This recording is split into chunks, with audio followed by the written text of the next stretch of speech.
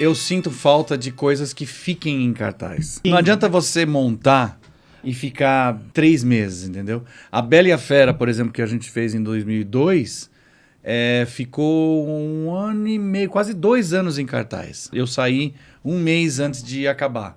1 mês e meio antes de acabar. E eu fiz 360 e tantas apresentações. Patal, quem você foi? Eu fui várias pessoas. No segundo ato eu era o dono do manicômio lá. Mas eu fazia Lumière, eu fazia o relógio e eu fazia o pai da Bela. Você pode ter me visto em qualquer um desses 3 aí. Que Por quê? incrível. Porque a gente revezava, né? Quer dizer, revezava. Quando precisa, por exemplo, ficou doente, eu faço eu faço o seu papel, eu vou lá e faço. Qual frase que você lembra do Lumière aí agora pra gente ouvir essa voz? Ma chère mademoiselle.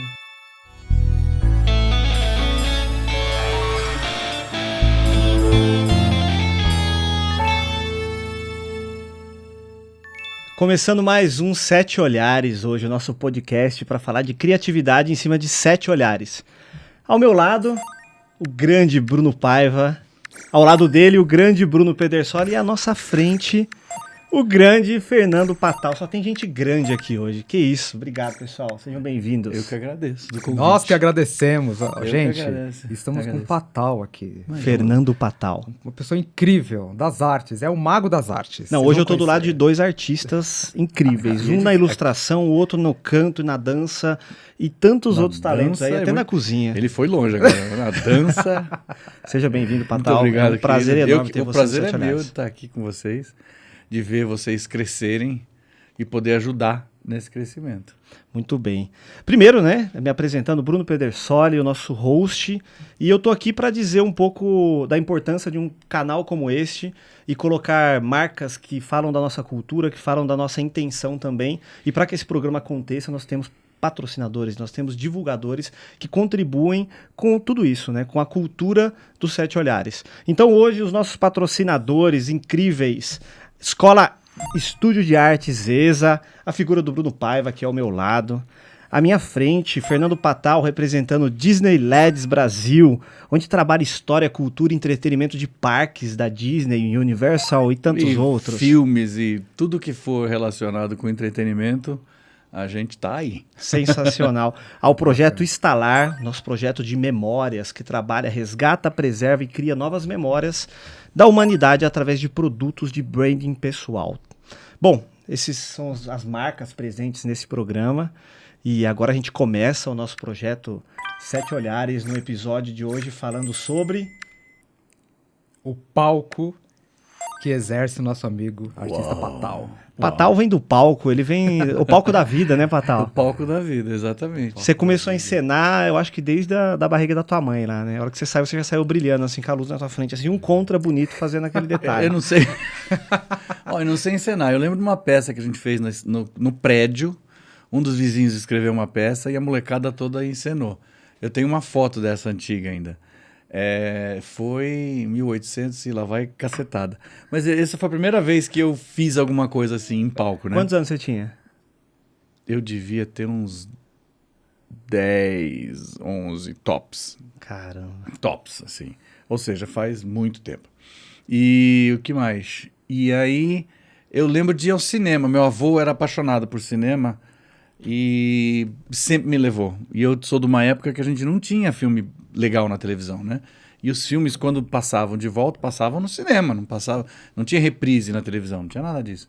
Então eu assisti Os 10 Mandamentos, Ben-Hur, E o Vento Levou. Esses 3, todos com intervalo. Tinha intervalo no filme. Você assistia, tinha intervalo, levantava, depois voltava para assistir a outra metade. Eu assisti Cantando na Chuva e assisti um que me marcou muito, foi o Mágico de Oz. Mágico de Oz é incrível. O Mágico de Oz, que aí eu saí apaixonado pela Judy Garland. Babando, 10 aninhos ali babando. Não, até menos que 10 anos, bem menos. Sério? E aí eu fiquei frustrado quando eu descobri que ela já tinha morrido e já tinha morrido velha ainda por cima.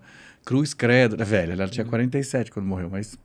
né? Sim, Mas e aí teve um filme que eu assisti que eu lembro até hoje, que depois eu assisti, hoje em dia eu tenho até em Blu-ray porque é muito bom, que é o Era Uma Vez em Hollywood. Vocês assistiram? Sim, Chama sim. That's Entertainment. Que era uma coleção de... Era uma comemoração da Metro, na verdade. Esse filme foi... Porque, assim, é só número musical legal e aí você fala assim... Falei, eu sei fazer isso, eu quero fazer isso, sabe aquelas coisas? E daí eu sempre tive esse lado, assim. Aí ganhei um disco do Elvis E começou a cantar. e aí eu cantava... Foi primeiro cantar ou dançar? Não, dançar é só... Foi só bem mais tarde. Inclusive, muito tarde. E eu não danço, assim, eu só me mexo, mais ou menos. Eu não sou bailarino de modesto, jeito nenhum. É Não sou modesto, gente. não. Apesar de eu ter feito Cats, mas não. Não sou... Bela e a Fera, mas Bela e a não. Fera. Não, mas são... Vamos colocar a lista aqui, vamos? Né? Não, a gente vai chegar lá. Mas não tem dança, assim, né? Não sou um dançarino, bailarino. Não posso... Não me considero isso. Cara, você tá falando de quando você lembra da primeira vez que você teve impacto com a arte ou impacto com o cinema e tudo mais. Eu lembro da primeira vez que eu fui no cinema assistir Rei Leão. Eu assisti Rei Leão no cinema a primeira vez, no alto, isso em Minas Gerais, né? Aquele cinema, no altinho, assim, na parte de cima do cinema, aquele cinema mais antigo, tradicionalzão. E aí eu sentei com meus, talvez, 7 anos, eu acho, 6 anos. Primeira vez que eu fui no cinema foi com 6 anos. Quando foi a sua vez que você foi? Eu devo ter ido, sei lá. Sua família também. provavelmente... Por aí. Acho que a maioria já incentivou. Meu avô, eu era primeiro neto, então meu avô me carregava pra tudo quanto era lado, assim. E ele era apaixonado por Fred Astaire, essas coisas, esse povo todo, né? E Al Jolson, que ninguém nem mais sabe quem é. E ele gostava de cinema. E ele me levava. Olha E a que gente legal. assistia todos esses filmes. Quando Todas essas eu coisas. fui foi em família. Então marcou porque você ir no cinema, porque é um filme de criança, e aí vai ter, sei lá, um momento que o pai leva pra criança ver. Não, cara, foi vovó, tia, foi um monte de gente. E aí eu lembro daquilo como se fosse um momento particular. evento, assim. é um um evento evento, marcante. Depois os próximos veio Toy Story, veio vários ali. Mas o legal dessa coisa da referência de você estar sendo, né, levado ao cinema, não pela intenção do filme, mas pela intenção de quem que tá indo contigo. Uhum. E aí mostra muito a relação de quem tá no palco ou quem tá no cinema, se vendo e vendo as pessoas que estão assistindo você ali. A gente sempre, aqui no podcast, o Patal, a gente sempre vai atrelar alguns olhares, né? Que são os 7 olhares da criação, onde a gente sempre coloca isso como pauta pra gente conversar. E eu acho que é inevitável, cara, dos 7 olhares, pra você, assim, o olhar do espectador que sonha, aquele que tá sentado ali, Com certeza. assistindo, você é o ator, tá te assistindo. Como que funciona essa conexão, cara? Porque eu acho que é uma conexão impagável. Você vê uma plateia esperando a energia sua para uma realidade que você construiu na mente deles, para que aquilo se torne uma realidade que eles acreditam em tudo aquilo. Sintam, choram, vibra. Como é que é essa conexão? O que você faz? Qual que é o segredo para não perder a conexão? Eu acho que é você ter uma conexão interna, né? Você precisa viajar. Né? É o que eu sempre falo com meus alunos de atuação. Eu falo assim, fingir que, né? Você precisa acreditar dentro de você que você está naquela situação, né? Eu sempre uso o exemplo dos filmes da Marvel, né? Eu falo assim, vocês já viram os making of desses filmes? Que o cara tá lá com um macacão qualquer, cheio de bolinha, né? Na frente de uma parede verde, fingindo que tá lutando com um monstro, sei lá, ou fingindo que tá voando, e ele tá lá. E ele precisa fingir mesmo. Ele precisa acreditar nisso para que a imagem dele passe uma credibilidade, não é isso? E voltando à coisa de criança, eu sempre eu sempre entrei muito nos filmes. Eu, quando vejo o filme, se o filme me pega, eu me apaixono pela mocinha, Você torce pro herói. quero acabar com o bandido, manja? Mas olha que interessante. Desculpa, só para concluir. concluir. Quando eu saía de filme do 007, nossa, eu saía de smoking do cinema. Ninguém via, mas eu saía de smoking, todo... Bond, James Bond. Né? Eu saía imbuído da personalidade. Isso já é uma atuação, né? Porque você está Sim, sim. atuando, né? Mas continua. Então, eu tenho uma curiosidade que é o seguinte, eu tenho dois filhos pequenos, a maior tá com 12 anos e o menor tá com 7 agora. E relacionado a musical e criança, eles gostam muito de assistir filmes, né? E quando entra o musical, independente da faixa etária, os dois param e ficam ali. É mesmo. E eu lembro, quando eu era criança, quando eu vi o Thriller do Michael Jackson, que eu vi uma música com aquele aspecto de terror e tudo aquilo, e aquilo me chamou muita atenção, não só pra música, que era uma música marcante pra época, Sim. como também todas aquelas danças com um monte de monstro, um monte de zumbi, é uma coisa meio maluca ali de lobisomem. Mas é revolucionário. É revolucionário. Mas isso o mexeu Thriller muito foi... com eu interior, que aí tem o espectador que sonha. Uhum. A criança, que normalmente é municiada pelos desenhos, né? Por filmes, que tem um musical muito forte, muito marcante.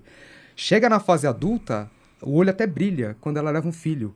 Porque meu olho brilha quando, meu filho ainda gosta de coisas que eu gostei no passado. Toy Story é moderno, tem um monte de coisa moderna, mas quando pega um Rei Leão... Thundercats, nossa, eu acho sensacional. Então, assim, o que motivou você? Foi a criança que ficou sempre como espectador em dia, quis sonhar em estar naquela situação... Ou foi alguma coisa que você falou, putz, eu vou levar isso aqui como profissão? Ou você nasceu artista? Como que nasceu? Eu acho que eu já era isso. Eu sempre fui isso aqui. Nunca odiava ficar em escritório, odiava trabalhar em escritório, odiava trabalhar em banco, odiava. A rotina ali me matava. E acho que o TDAH deu uma ajudada nisso, né? Odiar a rotina é uma coisa meio... faz parte. Óbvio, faz parte. Mas... nesse lance de lembranças e de coisas, você está falando de filho, é super importante, isso é para todo mundo, é super importante você... Como é que você cria lembrança? Por que você lembra das coisas? Porque você tinha uma emoção junto. Porque se você não tem emoção, você lembra do que você tomou hoje de café da manhã? Não. Mas se você deixou um copo cair, você vai lembrar. Que você fala, né? Um palavrão. E por quê? Por exemplo, a minha filha mais velha, lembra da sensação dela ir no cinema pela primeira vez com a gente. Ela tinha 2 anos e pouco. Ela lembra de assistir, ela devia ter uns 2 para 3 também, quando a gente foi assistir Bugs Life no cinema. Sim, me recordo. E fui só eu e ela, porque a minha mulher tava eu fui com você, eu lembro. Não tô brincando. Me recordo desse dia. Você quase me pegou agora. E eu fui só eu e ela, porque a minha mulher tava com a mais nova em casa, que era bebezinha. Eu falei, não, vamos ver. E ela lembra da sensação de entrar no cinema, de ver a figura do Hopper, que era o gafanhoto lá. Gafanhoto? Gafanhoto. É, o Grasshopper. Um grilo, gafanhoto, um grilo. E ela vê a figura que tinha uma figura assim, tamanho real não, mas enorme dele na entrada do cinema, que era meio assustador, assim. E ela lembra disso, da gente ter chegado atrasado por causa de trânsito. Com 2 anos ela consegue lembrar? 2 anos e pouco, ela lembra de várias coisas. Assim. Mas várias isso. Mas é isso, por quê? Porque a gente... E eu sempre que eu saía com elas, eu sempre fazia uma coisa legal, assim. Vamos fazer não sei o quê, vamos fazer... E aí você cria uma... E você tá lá, né?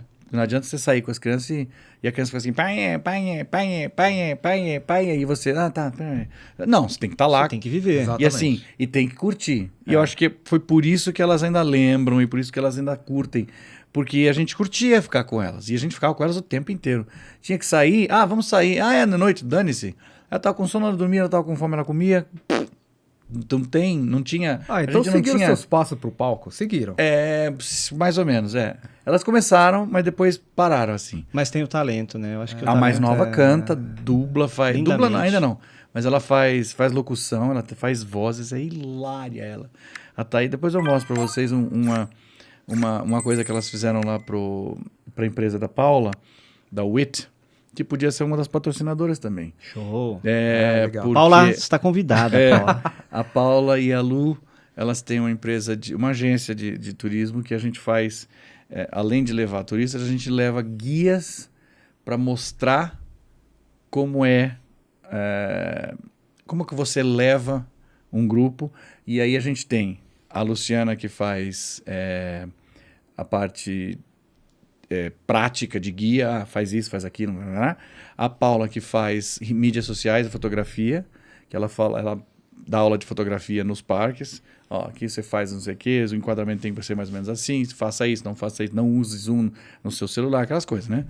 E eu dou aula de cultura e história da Disney. Então, assim, aqui aconteceu isso e aquilo. Por que que tem isso aqui no parque? Por causa disso, daquilo. Quando a gente entra num parque da Disney, você tem aquela Main Street, né? No Magic Kingdom você tem a Main Street. E na Main Street, ela tem umas janelas com os nomes das pessoas. Como a Disney é primordialmente um estúdio de cinema, aquilo funciona como os créditos do filme. Então ali tem as pessoas que ajudaram a construir o parque. Então você entra e você já vê o nome das pessoas que tá ali para sempre, para ser lembrado. Sabe uma Muito coisa que legal você falou dos sentimentos, dos sentidos, né? Quando a gente trabalha a arte que trabalha os 5 sentidos é uma arte que completa o ser humano. Né? A música, ela trabalha os 5 sentidos. Você consegue trabalhar todos os sentidos porque ela mexe com o corpo como um todo. O cinema é a mesma coisa, o teatro é a mesma coisa. Aí você fala da Disney e me lembrou de uma série, Imagineers. Sim, isso é maravilhoso. Cara, essa série mostra como que é construída esse universo criativo da Disney, né? Mas não a construção somente arquitetônica e a parte de engenharia. Isso é muito legal porque mostra também qual que é a dinâmica da mecânica da coisa. Mas mostra a concepção da ideia que está dentro de uma mesa. Vamos criar alguma coisa aqui. A gente cria, mas nessa criação a gente começa a dar a mecânica da engenharia para ver como que isso vai funcionar. Você viu isso de perto. Você tem uma... Você falou de história aqui, né? Eu acho que... Eu tenho uma mega de uma curiosidade de saber como funciona por trás daquele monstro que está ali fazendo toda a ação. Porque é a magia da mecânica, né? O que é aquilo, né? Esse nome mesmo, Imagineers, é a junção de 2 nomes. Imagination, imaginação, e engineer. Então eles são engenheiro. Então eles são engenheiros que imaginam, que usam a imaginação. Então isso aqui é o lance. Por exemplo, cada atração da Disney, a primeira coisa que vem é um roteiro. A primeira coisa, não tem nada. Qual é o roteiro? É isso, vai ser isso aqui. A história que a gente vai contar é essa. E aí, e eu sempre falo para as pessoas querem muito furar a fila para chegar no brinquedo já. Eu falo assim, passe por tudo. Passe pela fila. A fila é a introdução à história. O brinquedo é a última coisa que vai rolar naquela história, entendeu? Por exemplo, tem no Animal Kingdom, tem um clássico que é o Everest, Expedition Everest, que é a expedição ao Everest. Então você entra na fila, primeiro que você já está na Ásia. O lugar já é uma réplica de lugares à beira do Everest lá. E é uma estação. E aí você vai entrando pela fila e você vai vendo peças que foram recolhidas ali. Isso aqui foi achado não sei aonde, não sei o que. E aí você vê, tem uma lenda. E eles começam de leve a dar a lenda do pé grande. Do iate, né? E aí você vai... E aí conforme vai indo a fila, essas notícias do iate vão aumentando. E até chegar coisa impressa, o pé dele que pegaram em gesso, não sei o que lá, notícia, não sei o que. Quando você chega no carrinho, você já tá todo assim, caramba, a gente vai encontrar esse monstro lá. E aí o carrinho você sobe, passa por um túnelzinho, onde ele tá lá meio que escondido assim, e aí você avança, você escuta um barulho, e o trem sobe, e você vê o trilho do trem todo quebrado assim. Você para, você fala, e agora? Aí você volta para trás, porque o monstro já tinha feito barulho de você vê o monstro torcendo os ferros todo. E aí você vai e é uma montanha-russa até o final. E é genial isso. E é assim, tudo muito bem executado. Você só vê refletor, só vê se for para ver, entendeu? Entendi. Se não for para ver, você não vê. Mas é mágico, né? Como que é magia? Tantos roteiros que passaram na sua mão e... Você é um músico muito talentoso. Gente, já tivemos a oportunidade de ver esse homem cantando numa festa. Muito talentoso. Tirou de primeira, de brincadeira. E é sensacional. Com tantos roteiros que já passou na sua mão, teve algum que transformou a sua vida, que te emocionou? Ou que você falou, putz, esse aqui chegou na régua mais alta que eu já vi? Putz, sabe o que é? Eu não sei. Ó, teve uma peça que eu fiz que foi Pippin, 2019. Pippin é um musical de 1972 que foi dirigido pelo Bob Fosse. Quem conhece teatro musical sabe quem foi Bob Fosse. Foi uma lenda, ele meio que revolucionou a dança e o caramba. E foi feito em 72. E o compositor é o Stephen Schwartz, que ele fez Gospel. Vocês conhecem Gospel? É. Sim. Então, ele fez Gospel, ele fez Adoro esse Pippin, musical. depois ele fez agora o mais assim, que ainda está em cartaz na Broadway, é o Wicked. Manja? Sim. E o Wicked tá há 20 anos em cartaz. E ainda você não consegue ingresso quase. Caramba. Imagina... Mas essa é a eles magia. eles devem faturar, tipo assim, os... Eu não sei, agora faz tempo que eu não olho o faturamento de musicais, mas eles devem estar levando tipo uns 2 milhões de dólares por semana nesse musical. E aí, em 2018, eles montaram no Rio o Pippin. E aí, em 2019, eu fui convidado para fazer aqui em São Paulo o Pippin. E aí, fazer o rei da peça, né? E Pippin, em 1980... Vai, puxa. Vai. 1981, quando surgiu o VHS no Brasil, tinham pouquíssimos, não tinha vídeo, né? Surgiu o VHS, mas tudo era importado, né? Uhum. Então, poucas coisas vieram. Eu lembro até, tinha um show do Barry Manilow, que foi o primeiro especial da HBO que ele gravou num teatro ao vivo lá em Los Angeles, em 78. Isso tinha em vídeo. Depois, e tinha em vídeo Pippin, que era a peça gravada. Essa montagem de 72 foi gravada em 1980 no Canadá. Foi gravada no teatro. Então, quando eu vi o vídeo, nossa, eu não tinha VHS ainda, eu botava um gravadorzinho na frente da TV para gravar as músicas. Ou seja, eu detonei a peça, eu escutei incansavelmente tudo, via muito. E ainda sei mais ou menos quase tudo de cor, assim, né? Uhum. E aí eu fui convidado para fazer a peça e na última semana de peça, o próprio Stephen Schwartz veio dirigir a peça. Aí sim. Aí liga. Magia. Quando você vê uma coisa... Eu falei para ele assim, você tá me realizando um sonho de 36 anos. Magia. Uau. 36 anos atrás eu via, e aí depois... Bicho, não dá pra descrever. Não dá pra... E ele dirigir você, assim. Mais ou menos, legal, gostei, faz isso de novo. Naquela hora, esse foi o olhar divino criador dele. É o olhar divino criador, exatamente. E aí você fica, putz, e trabalha. E assim, foi uma das peças que mais os atores todos respeitaram tudo do começo ao fim, sabe? Sem botar caco, sem brincar, sem fazer... A gente fazia muito divertido, porque a gente se divertia muito fazendo, isso aí que eu queria saber. E não abusava. A gente respeitava tudo que tinha sido ensaiado, entendeu? A direção, as letras, tudo. Diga. Nos bastidores, eu, na minha vivência de música também, teve momentos que eu já subi num palco aonde tinha músicos brigados. E tinha que realizar um bom trabalho. Mas... Só que no bastidores, enquanto eu estava numa situação que todo mundo comentando, nossa, estava aqui Maria Rita, estava aqui fulano de tal, estava a banda tal, Skank, todo mundo comentando ali. E aí, e 2 bicudos ali. E quando a gente subiu no palco, e falou, os caras continuam bicudo, e eles não... E eu não quis intervir, porque eu falei, qualquer coisa que eu falar é capaz de acabar colocando pólvora onde não tem que colocar. Lógico. Depois resolveu uma cerveja. Jura? Mas nos bastidores o pessoal não sabe disso. Mas muitas vezes se realizam trabalhos grandes, com resultado eficaz, mas sempre com alguma turbulência. Se odeiam, E se odeiam, é muito louco isso. Você não assistiu o filme Chicago? Sim. O filme Chicago é isso, né? No final das contas, elas se odeiam, mas elas viram um jeito de ganhar dinheiro juntas, aí sobe no palco, né? Aquele sorrisão. E aí, quando desceu do palco, cada um vai para um canto e dane-se. Mas é o que eu sempre falo, o importante é o trabalho, não é... O relacionamento ajuda pra caramba. Ajuda no desenvolvimento, mas eles ajudam no desenvolvimento do trabalho. Ou seja, tudo é o trabalho. Quando a gente fala, quando a gente coloca o propósito na frente e coloca os olhares adiante do propósito de ver aqueles olhares que se cruzam, a gente começa a fazer sentido para as pessoas se juntarem.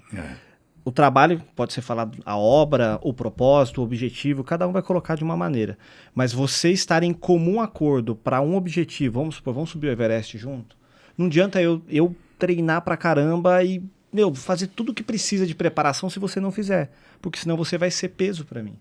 Quando eu estiver subindo, você vai ser peso para mim. No palco é a mesma coisa. Não adianta eu ensaiar e estar afinado, saber a sua fala, mas se você não conseguir fazer o ping-pong comigo, que é o ping-pong, né? A bolinha, né? É a bolinha, você não consegue fazer a dança acontecer. Mas o lance todo é aquilo que eu falei. É você... todos se preocuparem no resultado. O propósito. A peça é o mais importante. Então, não importa o que você acha, o que eu acho. A gente tem que dar o máximo. Você tem que dar o máximo, o máximo, o máximo. E aí a gente dá o máximo pra quê? Pra aquilo ficar legal. Foi o que a gente fez no Nestlé. Nosso trabalho que a gente realizou. Entendeu? Isso ficou legal? Não ficou legal. Tá, então a gente muda. Não, ficou legal, então continua. Entendeu? Não, a gente teve um projeto que todo mundo tá aqui na mesa participou, né? O Paiva, o Patal, onde a gente criou um musical da Broadway dentro de uma grande corporação. Né? E esse trabalho que nós realizamos foi feito em 20 dias. Em 2 semanas, praticamente. Surreal. Natal e Ano Novo, eu e o Patal fazendo roteiro, letra, música e produção. Pra galera chegar, a gente arrendar a gravação e produzir e finalizar. Exatamente. Compondo, gravando.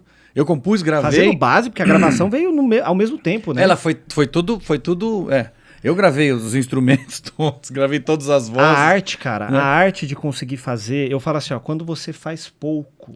Quando você faz muito com pouco, quando terás muito lhe será dado. Então, a gente saber lidar com o pouco, e aí o pouco não significa pouco recurso, não é essa a questão. Poucas pessoas, pouco tempo, significa que você precisa tirar um coelho da cartola às vezes. Você tem que ser mágico, você tem que tirar um coelho da cartola que é a solução. E quando você está unido, por exemplo, nós nos unimos em propósito de fazer esse projeto. Cara, tava todo mundo olhando pro resultado final e assim, eu vou usar a palavra torcendo, né? Tesão, todo mundo com tesão de fazer aquela coisa. Você que tá ouvindo, aí agora é um pouco além, porque a gente fala de trabalho, mas a gente fala de filosofia e fala de vida. Você que tá ouvindo e perdeu tesão no que você faz, olha pro teu lado e vê quem tá contigo. É isso aí. Porque às vezes é com quem você tá que vai dizer o porquê que você está dessa forma. A vida, ela vai conduzindo você a se unir com pessoas que, teoricamente, vibram iguais a você. E quando você fala de arte, aí a gente hoje nós estamos num segmento aqui de podcast que é pura arte. Vocês são artistas natos. E entregam isso pro público, porque ser artista sozinho, eu diria até que é fácil. Agora, ser artista pro público que te admira, te segue, quer te ouvir, igual o Patal comentou no início aqui do podcast, que vai lá no cinema e quer sair sendo um 007 brincando, e isso é encantamento. Isso é encantamento. E aqui, no nosso trabalho, a gente trabalha com encantamento. Mas eu não acredito, eu não vejo diferença de um médico que está consultando que pode trabalhar o encantamento ali na hora e fazer com que aquele paciente saia curado só com a alegria ou só com a atenção e a empatia que ele tem com aquele paciente. Um engenheiro que está trabalhando com cimento, metal e pessoas, mais máquinas, saber lidar de uma maneira tranquila para que olha só a vibe da coisa, para que aquelas células do prédio sejam construídas vibrando uma energia positiva e não uma energia de destruição, de guerra. Sabe? Eu acho que às vezes a gente convive com coisas que nós admitimos, tudo é a aceitação e a admissão, só que nós convivemos com coisas que a gente não questionou ou não enxergou elas de fato. Esse podcast aqui, estar com vocês nesse podcast, é surreal, porque você, dentro do seu segmento, se não é o melhor, é um dos melhores. Você, dentro do seu segmento, se não é o melhor, é um dos melhores. No segmento... Muito obrigado. Pois é, Patal. Agradecemos, né? A gente agradece. Eu não tô olhando só no Patal dançarino ou no Patal cantor, eu não ator. Danço. Cara, você dança na vida, a vida te faz dançar. Sim. Você Aí nasceu sim, dançando. Aí sim. Mas você sapateia, pô. É um pouquinho. A questão é, você é aquilo que você buscou ser durante a sua vida. É isso. E o seu resultado aqui agora de falar, pô, participei de uma grande produção, conheço a Disney como poucos, estudo, busco aprender. técnica, a gente fala agora do nosso quinto olhar, que é o olhar da lente técnica. O que vale a inspiração, o sentimento, a emoção, se não tiver uma técnica apurada? Quantas vezes você já não deslizou? Quantas vezes você não deslizou na técnica? Quantas vezes você estava lá e aí por conta da técnica que te faltou, porque ou você descola alguém que tem, alguém tem que ter aquela técnica, canto. Se não tiver a voz certa, não sai. Não sai Você mesmo. não consegue fazer. Você tá fazendo outra voz. Você não consegue fazer duas vozes ao mesmo tempo. A não ser que for na pós, né? Na pós tudo pode, né? Na pós tudo pode. Nada com um RX, Mas né? como é que você lida com isso, cara? Você necessariamente, na vida, necessariamente se caminha com pessoas.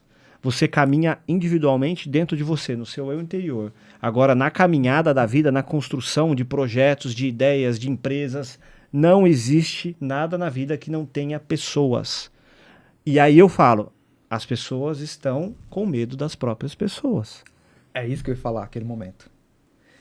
Uma coisa que eu achei muito legal do trabalho que participamos juntos foi que grandes profissionais, mas alguém estava com a bandeira da credibilidade. A ponto de algum diretor falar, não ter o ego. Porque a gente sabe que lidar com ego aqui no Brasil é um mimimi danado, né? Você quer falar qualquer coisa, a pessoa leva pro lado pessoal. Eu não estou falando para você cantar melhor. Eu estou xingando a sua mãe. A pessoa leva por esse lado. E às vezes você fala, gente, só vamos mudar a letra. E a pessoa leva pro lado pessoal. Então, você se preparar profissionalmente com a lente técnica, tá tudo certo. E alguns colocam como obrigação. Porque se é a sua paixão, você tem que fazer bem feito isso daí. Agora, você lidar com pessoas para que elas acreditem que você tem condições de chegar lá, isso é uma sinergia e uma magia. Você colocou sua cara a tapa e colocou a bandeira. Vamos conseguir fazer isso em poucos dias. Acabou. Todo mundo... Surreal, né? Mas é quase uma Foi loucura, surreal. ué.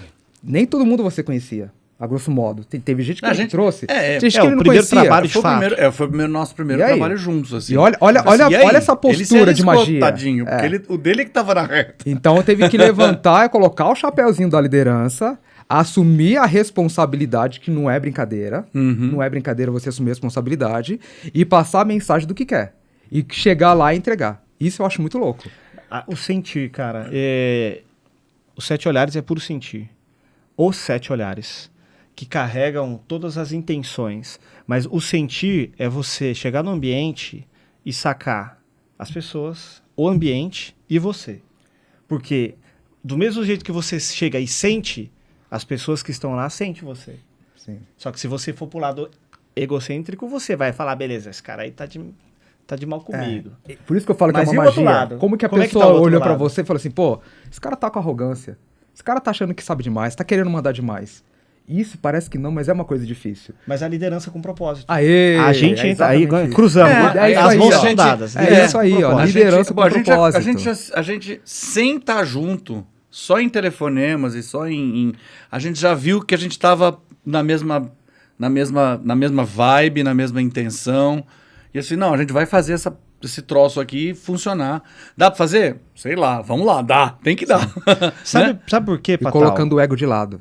Não, mas não tem ego Deixa, nenhum ali, cara, é só... deixa ele ali. A gente deixa o nosso talento aparecer, não o ego, isso né? O talento dele em dirigir, em montar, em trazer tudo, em conseguir todas aquelas coisas lá. E o meu talento de escrever, de bolar e fazer. Não, a gente pode fazer mais ou menos assim. E aí, deu, não deu. Ah, não, então tá. É a Ai, somatória. corta isso. Eu falei, tá bom, corta isso, dane-se. Porque o importante é o resultado final. É isso aí. Ninguém vai saber se você pôs muito açúcar ou pouco açúcar no bolo. O importante é o sabor do bolo tá bom. E o respeito dos dois lados. Eu cheguei, não, esse respeito, daqui me super cobrou respeito. assim, não, já está ótimo, o desenho já está ótimo, entrega. Eu falei, não, calma, tem mais um pouquinho. Você aguentou agora? Mas aí é a Aguenta mais um cortesia. pouquinho. Mas Teve aí é a ainda, isso que eu acho cortesia. legal, a entrega dos dois caminhos. Você trabalha com cortesia. Eu trabalho com cortesia. Sim. A gente... O oferecer mais não é no sentido de agradar. Ninguém tem que agradar ninguém. A gente tem que ser o que nós somos e a gente tem que suprir a necessidade do outro através do que nós temos. Se temos. A pergunta que eu faço é se temos. Mas aí quando fala de cortesia, esse é um projeto, né, de muitos que nós estamos desenvolvendo a partir desse projeto também. Começam a nascer ideias, intenções e tudo mais. Mas quando a gente fala de um projeto que ele exige da gente concentração, união... porque tem um tempo para ser executado, E sinergia de todos. Quando que isso acontece? Quando existe o diapasão que toca e todo mundo vibra. Sim. Só que esse diapasão, às vezes sou eu, às vezes é você, às vezes é você. Quando que essa troca acontece? Instantaneamente, intuitivamente.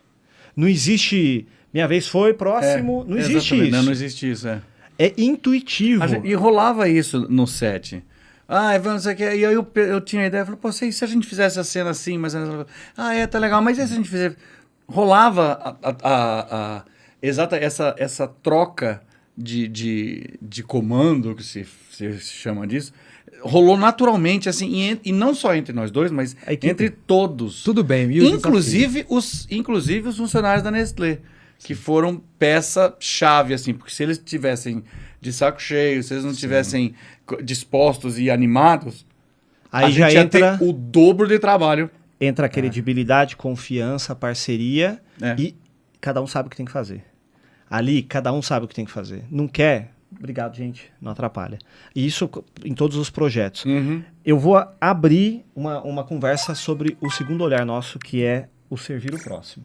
Porque, para mim, tudo isso que a gente está falando, ele naturalmente parte para o próximo. Não adianta nada eu saber o que eu quero, para onde eu vou, mas se eu falar, bom, para onde eu vou, eu preciso de um cara chamado Patal, Uhum. porque ele tem o que eu não tenho. E se eu não te servir, meu irmão, eu não consigo te levar comigo. Eu não consigo fazer você ir onde você quer ir. E às vezes eu preciso primeiro ir contigo onde você quer ir para depois você ir comigo. Isso é servir. E aí a gente fala cliente, né? Aqui a gente começa a falar de vendas, de um monte de coisa, porque independente do projeto agora, falando do âmbito geral de vida, Uhum. se você está atendendo um cliente, o famoso cliente sempre tem a razão, esqueçam essa frase. Para mim não existe essa frase. O cliente precisa ser servido com a necessidade que você tem para oferecer. Se é que você tem para oferecer. Se você tem, sirva com competência, qualidade, dê cortesia, ele volta e nunca mais vai querer deixar você. Assim, Isso, com certeza. assim que nascem relacionamentos, assim que nascem parcerias, assim que nascem sociedades, assim que nasce casamento. Eu vejo isso no dia a dia. Loja, restaurante. Se a gente é bem tratado, pode até ser mais caro que o resto. Mas a gente vai pensar, puxa, esse pessoal trata a gente tão bem, que é por isso que a Disney fez essa Foi no ponto-chave. né? Por isso que a Disney fez como é que eu vou dizer? Fez como é que é? Escapou a palavra, fez a imagem dela, né? Uhum. Porque você chega lá e você tem todo mundo te servindo. Por exemplo, eu posso contar uma história aqui? Todas. Toda, opa. Todas. Eu tenho a primeira vez que eu fui pra Disneylândia, a gente ficou uns dias lá, né? Porque a gente nunca vai em parque um dia só. Um dia só em parque. Até porque é longe, né? Primeiro porque é longe, né? E segundo porque você não consegue ver. É o que eu costumo dizer: se você vai 365 dias num parque, você não vai conseguir ver tudo do parque. Pode ir todo dia pro parque, você não vai conseguir ver tudo. E a gente passamos uns dias lá no parque. No penúltimo dia que a gente foi no parque, a Paula estava cansada e foi pro hotel dormir. E eu falei, eu vou ficar aqui, imagina, eu tô na Disneylândia, tô na Califórnia, imagina, eu quero mais aproveitar. E aí, eu como músico, eu queria achar a trilha que toca na Main Street, que são ragtime, são músicas do início do século XX, né? Que é onde, quando você entra no parque, é esse clima que eles te põem. Como chama aquele estilo de dança dessa Ragtime, tem o ragtime. Você dança? Não. Nossa, eu acho Ragtime. incrível, cara. Ragtime é um estilo de piano, né? O Scott Joplin, né? O The Entertainer. É esse estilo de piano, assim. Cinema mudo. Ragtime lembra muito cinema mudo. E aí eu fui procurar, tinha uma loja lá de música, eu falei, tá. E eu fui, e a gente tem uma tradição lá em casa de fazer o chapeuzinho com a orelhinha, com o nome, cada vez que a gente vai num parque novo. Então eu fui lá, comprei 2 chapeuzinhos, e um pra mim e um pra ela, diferente, e dei pro cara bordar. Aí eu escolhi a frase, e assim, a linha mais barata, a coisa mais baratinha, eu falei assim, eu queria o simples, e eu pedi pra ele fazer.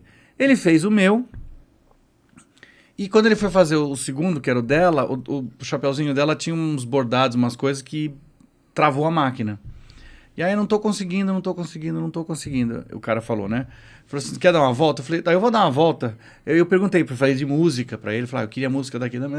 Ele falou, vai lá na loja, tal loja ali na Main Street, que eles têm CDs e tal, dá uma olhadinha lá. Eu falei, tá bom. Fui lá, não tinha, voltei. Já ia, ficou pronto? Não consegui. Eu falei, e aí? Ele falou, achou a música? Eu falei, não achei. Não achei mais ou menos o que eu queria, mas é super legal lá. Batemos um papo, ficamos batendo um papo assim. E eu gosto de conversar com as pessoas. Quando eu viajo, eu sempre gosto de conversar com gente nativa. Pra sentir a vibe, pra sentir as coisas. A Paula, minha mulher, fala que eu adoro conhecer velhinha.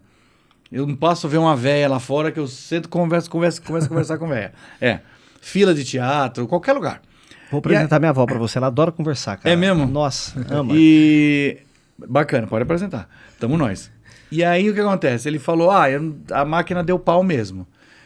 Aí eu falei, vou ficar com esse aqui e amanhã eu venho buscar o outro. Ele falou, pode dar?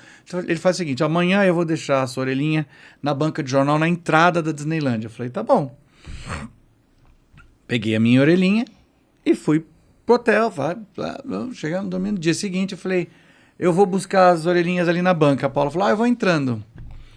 Eu fui na banca, falei, o fulano de tal deixou um pacote pra mim, eu sou o Fernando, ele deixou uma orelhinha pra mim, que ficou de marcar ontem e tal. E aí ela pegou uma sacola e me deu uma sacola. Eu falei, nossa, mas tá pesada essa sacola. Quando eu abri a sacola, tinham as 2 orelhinhas com o escrito mais caro, que eu não tinha pedido, porque eu não tinha dinheiro, e um CD duplo com músicas da Disneylândia. Eu passei os próximos 15 minutos chorando, assim. Que aí você entra no parque, aí já mistura tudo, né?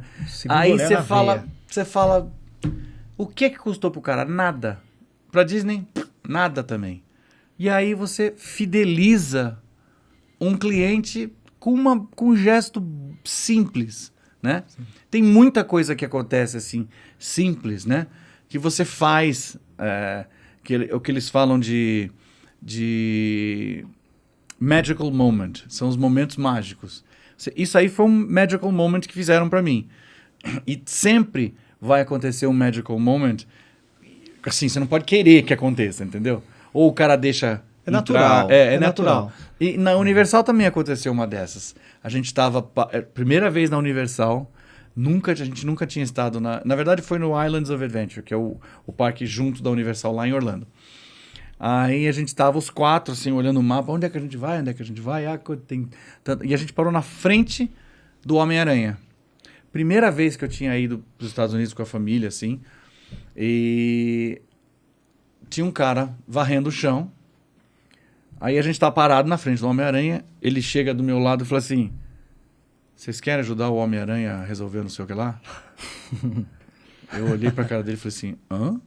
Né? Eu falei assim, como? Não, vocês querem ajudar? Já virou assim, você é o Lex Luthor? Lex Luthor? Não.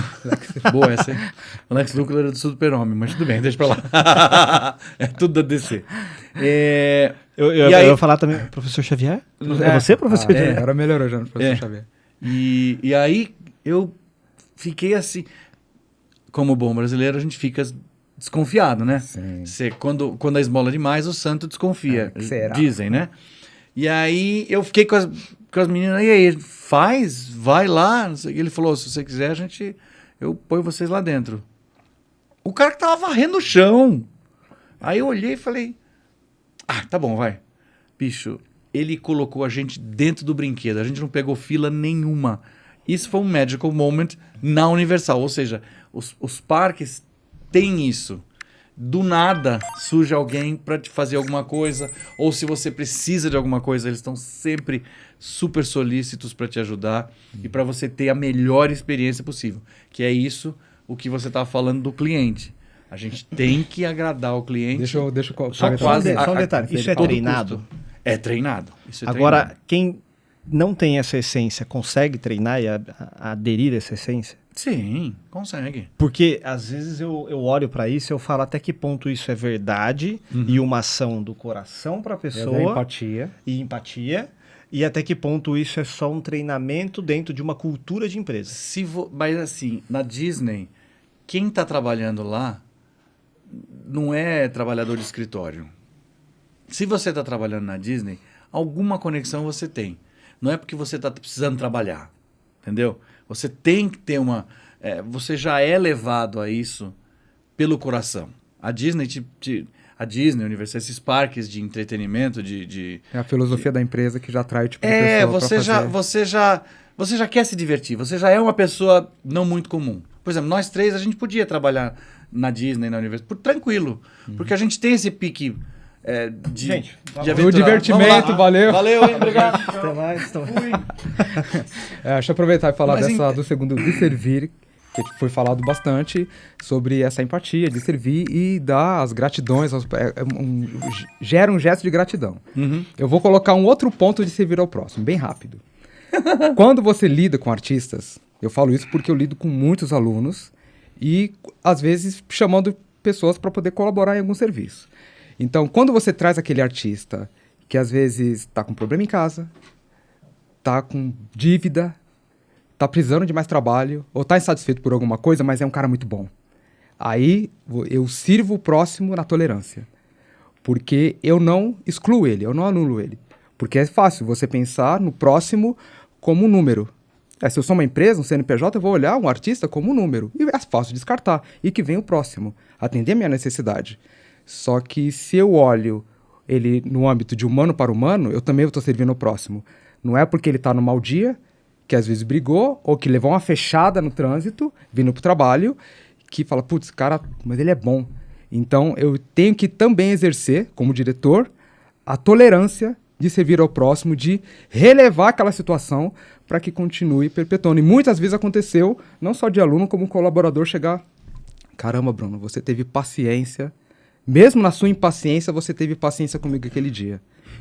Você tinha todos os motivos para não me chamar mais como freelance, não dirigir mais a palavra a mim, porque eu fui grosseiro, fui isso. E isso eu acho muito satisfatório e que para ficar claro, que é importante a tolerância como uma das colunas de servir o próximo. Porque você vai se deparar com o artista chatão daquele dia. E às vezes ele é chatão por natureza, só que ele é chatão para você. Mas você consegue extrair dele o melhor, independente de colocar a chatice dele de lado. Isso é uma coisa importante na cultura brasileira. Dentro os estúdios 7 Íris, né? Que a gente está produzindo os estúdios 7 Íris. Em breve, a nova montanha russa. Oitava dimensão, não perca. Dimensão. No instalar, vocês vão ver as coisas. No instalar, tudo irá acontecer. Não perca o primeiro loop da sua vida. A gente tenho tolerância, gente. Tenho tolerância que vocês vão ver tudo isso acontecer. Eu estou tendo tolerância agora. Pedindo tolerância ao divino criador. Eu vou abrir aqui uma conversa que é da onde vem a criatividade. Eu acho que isso é legal a gente falar, né? Da onde vem a criatividade? Você pega todos os ambientes, pega o ambiente religioso, da onde vem a criatividade de construir toda uma narrativa uma oratória, uma narrativa para conduzir pessoas a se tornarem melhores. Vamos olhar desse jeito. Pega o ambiente corporativo, da onde vem a criatividade para unificar os pensamentos e as intenções em prol de um propósito único, que aí uns vão falar que é capitalismo, outros vão falar que é não sei o quê, mas o propósito único é fazer aquilo acontecer, e aquilo vem de alguém ou de algumas pessoas. Da onde vem a criatividade para solucionar problemas da sociedade, seja no âmbito político, que é o que nossos políticos precisam fazer, solucionar problemas da nossa sociedade e humanidade. Da onde vem essa criatividade? O Divino Criador é esse canal, beleza. A 7 Íris é uma empresa, né, que cria o podcast e ela tem essa cultura. Nossa missão é criar um canal de criatividade entre a imaginação e a realidade. Só que a gente trata a imaginação como um aspecto físico e a realidade como um aspecto físico. Vamos jogar ela pro etéreo agora. Da onde vem a criatividade? Você que está ouvindo, para pensar agora. Da onde vem a criatividade? Responda dentro de você e pergunta para alguém. E vê se essa resposta é igual. A minha pergunta é para Começo eu, começa você? Par, ímpar? Eu tenho uma visão que é o seguinte. Eu não vou espiritualizar porque, de forma direta, vem de Deus, vem da energia cósmica, vem de qualquer outro lugar. Vou falar de uma coisa mais visível de necessidade. Se eu, olhando para a história da humanidade, eu vejo que a coisa que mais tem em comum é a necessidade de pertencimento. Dessa necessidade de pertencimento se formam pequenas tribos. E dentro dessas tribos, semitribos. Quando o ser humano tem uma necessidade de pertencer a alguma coisa, ele não gosta de ficar sozinho porque ele foi feito para compartilhar, ele começa a gerar situações para agregar. Ele quer agregar. E a segunda parte é o desejo de manter. Quando você... Peraí, eu tenho um senso de pertencimento. Tá, como que eu vou fazer? O clube, ok. Tá, mas aí, eu preciso criar rituais, ritos, ok. Tá, disso eu vou transformar numa igreja, vou transformar num produto, vou transformar num senso de controle à humanidade, aí ele começa a manipular isso. Mas eu acho que o senso da necessidade de pertencimento a alguma coisa, por crença, religião, política, seja o que for, de forma, movimentos, clubes, é o que vai fazer a criatividade gerar esse núcleo, expandir numa tribo, e dentro dessas tribos você vai ter semitribos. Então você tem uma tribo de artistas que, nessas pequenas, uma parte vai gostar de rock, a outra vai gostar de trap rap, a outra vai gostar de sertanejo, e essas pequenas tribos vão se expandindo e ampliando. Então eu vejo que a criatividade ela nasce na necessidade humana de pertencer a alguma coisa e de manter. E aí vem a parte do desejo. Eu desejo conquistar, desejo me satisfazer. Como que eu faço isso? Por se eu quero aquela conquista daquele carro, daquela menina, daquele garotão, daquela casa, você tem um desejo. Você vai matutar. E quando você começa a parar, começa a articular e arquitetar a coisa na sua cabeça, automaticamente você chega nesse ponto. Eu vou mudar a pergunta. Da onde vem a coisa que compõe a criatividade? Coisa. Eu ia responder que a criatividade vem da necessidade para você resolver um problema ou resolver alguma coisa. Você precisa fazer isso. Tá. Aí você precisa ser criativo para desenvolver aquilo. Eu preciso criar um personagem, no seu caso. E eu preciso ter... Como é que eu vou... Esse personagem, ele é assim, ele é assado, ele come muito, ele come pouco. Então ele vai ser magro, ele vai ser gordo, ele vai ter cabelo, não vai ter cabelo. E é a necessidade que você precisa, supostamente, desse personagem é que vai estimular você resolver esse problema. A criatividade é uma maneira... deixa eu ver, como é que eu posso dizer? É a necessidade de você resolver problemas. A criatividade vem disso. Também. Né? A criatividade é você... não é simplesmente, é criatividade, o cara é criativo, desenhou, não sei o que. Não. O criativo é o cara que chegou e consertou esse óculos aqui. Sim, criatividade em tudo. Sim. É criatividade em tudo, entendeu? Vocês já leram é um livrinho muito pequenininho do John Cleese. John Cleese. Vocês conhecem o Monty Python? Sim. Não. Monty Python era um grupo de comediantes ingleses que tinha um programa de televisão. Depois virou filme. Inclusive, o primeiro filme, que é o... Medieval, né? É o... como é que é? É o Medieval. Eu não lembro o nome também, mas é o Medieval. Eu lembro por causa do... Santo Graal. Santo Graal, Em busca do isso. Santo Graal. Exato. Eles eram tão doidos, os caras. Era muito engraçado. E o primeiro filme deles vi no cinema. No meio do filme aparecia assim, intervalo, uma tela. Aí acendia a luz do cinema, todo mundo levantava. Eles fechavam a luz do cinema de novo e continuava o filme. Não tinha intervalo. Era simplesmente para enganar as pessoas, pra vocês verem. E esse cara, o John Cleese, ele era desse grupo, ele tá bem até hoje. E ele tem um livro chamado Criatividade. De como ele descobriu a criatividade. E como ele era criativo quando ele era... E assim, não é nada... é com o que você tem. A criatividade é você usar o que você tem para você resolver o que você está precisando. E requer uma ousadia, porque... Sim, muita gente tem medo de utilizar a criatividade, né? Quando aí tá o detalhe. Muita gente não sabe que medo... tá usando. Muita gente nem sabe que está sendo criativo. Exato. Você tem que fazer não sei o que lá, não sei o que lá. Aí você vai lá, faz não sei o que lá. Aí, nossa, como você foi criativo. É? Sabe, eu vou acrescentar, você falou de... Eu vivo consertando coisa em casa, minha filha chama de projeto escola. A tua casa é um projeto escola. A minha casa é um projeto escola. Eu vivo colando coisa, entendeu? Na famosa gambiarra. Na famosa gambiarra. Essa é a arte de criar. Então. E aí, isso é você usar a imaginação e usar a criatividade. Assim, como é que eu posso resolver isso? Eu tô com umas coisas lá em casa que eu tô há quase um mês pensando o que fazer com elas. Mas eu quero fazer. Eu quero Você bolar dá uma sentido para aquilo que às vezes está sem sentido. Eu adoro ver coisa e Tá, pode fazer isso aqui, não sei. Por exemplo, o que eu tenho, minha mulher comprou uma porção de sutiã e ela tirou todos os bojos.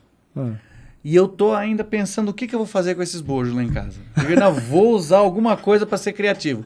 Eu já pensei numa coisa, mas não vou contar aqui. Se você tá ouvindo, né? Você que tá ouvindo plástico, aí, coloca aí nos comentários umas ideias para fazer com bojo que o Patal tá precisando. Eu tenho, acho que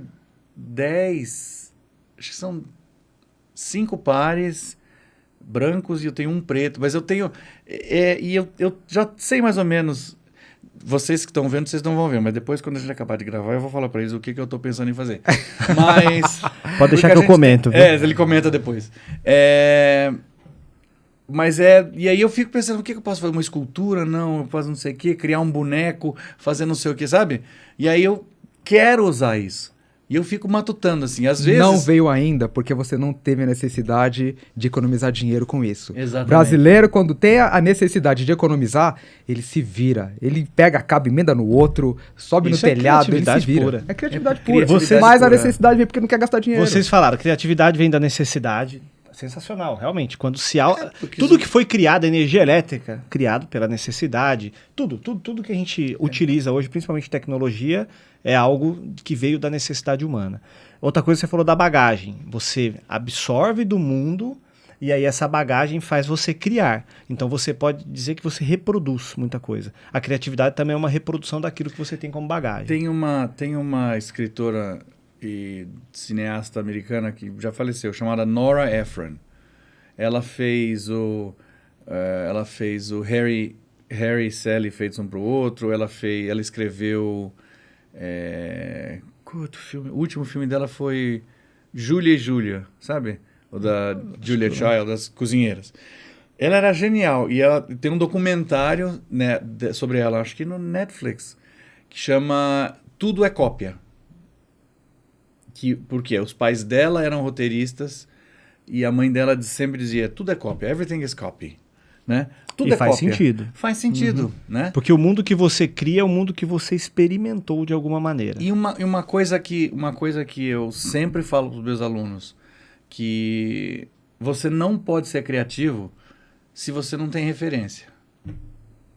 Exato. Você pra ter a inspiração, você Aqui é a mesma coisa. Você precisa ver muito, escutar muito, estudar muito. E estudar não no sentido chato de sentar com um livro, né? Não. Eu, por exemplo, estudei teatro musical mais de 30 anos. E só descobri que eu tinha estudado depois dos 30 anos. Porque eu gostava de teatro musical, gostava de cinema musical. E aí eu ia atrás, eu ia em biblioteca, porque na minha época não tinha YouTube, não tinha porcaria nenhuma, né? Você não conseguia ver nada. E não tinha nada, né? Nas livrarias mal vinha coisa, na televisão só passava filme dublado, era horrível, né? E depois de 30 anos você indo atrás aqui, indo atrás ali, você se vê sabendo muito mais do que os outros. Você fala assim, por quê? Eu sei disso, não estou me gabotinando, não estou me vangloriando, mas é um fato, né? Mas isso é um buscador, você é um buscador. Você vai atrás e aí você fala, isso é por causa disso, isso é por causa daquilo, entendeu? E é isso que eu faço quando a gente leva as pessoas na Disney. Fala assim, ó, isso aqui acontece por causa disso. Você tá vendo aquilo ali, ó? Foi pensado nisso, naquilo. Mas o bate-papo aqui já mostra através das referências que você tem. E eu falo referência porque quando você estuda em prol do conhecimento, você tem que criar estandardes que são pessoas que você vai falar, essa daqui vai ser a marca para eu lembrar daquilo que eu estou aprendendo. É igual o fato histórico, né? Você vai lembrar de Dom Pedro e aí você lembra da história. Se você tirar Dom Pedro da história, não existe a história. Então você põe a pessoa como o principal foco. E aí eu digo que vocês, já dentro da história, e nós, né? Eu acho que dentro da história, para muitas situações na vida pessoal, na vida familiar, nos tornamos referência. E aí, essa criação nossa para com as nossas referências, eu acredito muito, dentro de tudo que vocês falaram, que ela se torna um canal de expressão. Que aí entra a relação da arte junto com a criatividade. Porque, para mim, o canal da expressão, né, da arte expressionista, ela não é copiada, ela não é pela necessidade. Pode até ser pela necessidade emocional. Né? A pessoa está triste, vai lá e escreve um poema triste. A pessoa está feliz, ela vai lá e faz uma música maravilhosa. Mas a expressão é algo que o seu interior está gritando, e aí você se conecta com, eu acredito, outras pessoas que estão gritando contigo a mesma voz. Por isso que muitas vezes existem artes, né? Vamos para a história, né? Existem artes que aqui na América do Sul subiu pirâmide e lá no Egito subiu pirâmide. Como que esse entendimento e esse conhecimento sem... E aí o papo vai longe. Mas aí que tá a criatividade. Você comentou do que é a coisa. Para mim, a coisa é o DNA de evolução. Ó. Se é o DNA de evolução, depois vem o senso de pertencimento. Aí eu crio alguma coisa para me comunicar com você. Então a criatividade está no DNA. Praticamente isso aí. Ó. Já está no DNA. E o DNA veio de onde? Putz, Aí começa a espiritualizar. A questão não é nem espiritualizar. A questão é a gente ter uma noção que, assim, se o DNA carrega a criatividade e nós somos feitos de DNA e há uma evolução humana da qual viemos de um lugar que, em comum, todos nós viemos de um lugar em comum. Se a gente for puxando as famílias, uma hora vai cruzar a minha com a tua, a dele, porque naturalmente isso vai acontecer, de alguma forma. Já está cruzando aqui agora. Já está cruzando aqui. A gente começa a entender que a criatividade veio lá do número 1. Uhum. E aí o nosso número 1 é o seu eu interior. Só que sem trazer essa correlação, ela veio da célula 1, do dia 1, do número 1. Mas será? Tem tanta gente que... Tanto a cara super criativo, super artista, que vem de uma família que não é nada disso. Que é gente chata e gente... Entendeu? Ah, não, mas aí eu tô falando agora evolução humana, não tô nem falando de famílias. Tá, entendi. Falando que se a gente cruzar, a gente vai chegar uma hora que a gente vai cruzar nossas heranças hereditárias, que é o DNA que ele falou. Uhum. No fim, o que eu quero fazer é voltar para agora e dizer: todos nós carregamos o DNA da criatividade, todo mundo tem potencial de criar algo que ainda nem existe, pela necessidade que você falou, pela bagagem que a gente comentou, pela experiência que você disse do desejo e da realização daquilo, porque há em mim a mesma criatividade que há em você e que há em quem está ouvindo. Isso nos torna pessoas diferentes por natureza, iguais por essência. E aí entra um aspecto que eu quero colocar um pouco esse bate-papo dentro do musical, trazer um pouco essa conversa, que eu acho que as pessoas vão querer ouvir isso, né? O ambiente artístico de musicais da Broadway, de cinema, coisas que você já percorreu, experimentou, participou de filmes, dublagem, essa criação que vem lá da gringa, vamos dizer, né? Porque nasce lá muitas das coisas. A gente tem muito talento no Brasil, muita produção boa acontecendo no Brasil, mas os grandes musicais, né? Você citou Chicago, Bela e a Fera, Fantasma da Ópera, musicais que chegam dentro do Brasil e, de 10 em 10 anos se renova. Rei Leão agora voltando, vai renovando, e eles não nascem. Isso eu acho uma falta de criatividade. Ficar remontando a mesma coisa. Tá no DNA, por que isso não morre? Por que isso tem que voltar e volta com renovado? Essas peças são... O Rei Leão, por exemplo, virou clássico já, né? O Rei Leão, Chicago, por exemplo, eles estão desde 97 na Broadway. Dá pra você imaginar? Desde 1997. Em cartaz toda semana. 8 vezes por semana. Só parou, acho que na pandemia. Olha, isso é 8 incrível, vezes cara. por semana. Como manter essa essência criativa, essa essência artística viva? E aí não existe mais uma pessoa, aí a gente matou agora o líder. O Fantasma acabou de fechar agora. Fechou agora em abril. Ele foi no banheiro. Ele estava desde 88 em cartaz. 1988. Faz as contas. Manja? E esse lance dos musicais é muito engraçado. E ele tá meio que voltando agora, né? Ele tinha uma época assim, tipo nos anos... No Brasil ele tinha dado uma sumida, né? Porque é muito difícil produzir. Ainda é difícil produzir no Brasil. Mas eu sinto falta de coisas que fiquem em cartaz. Não adianta você montar e ficar como a gente fica... 6 meses. Não, 6 meses. 6 meses é demais. 3 meses, entendeu? A Bela e a Fera, por exemplo, que a gente fez em 2002... ficou 1 ano e meio, quase 2 anos em cartaz. Quase 2 anos em cartaz. Eu saí 1 mês antes de acabar. 1 mês e meio antes de acabar. E eu fiz 360 e tantas apresentações. Patal, quem você foi?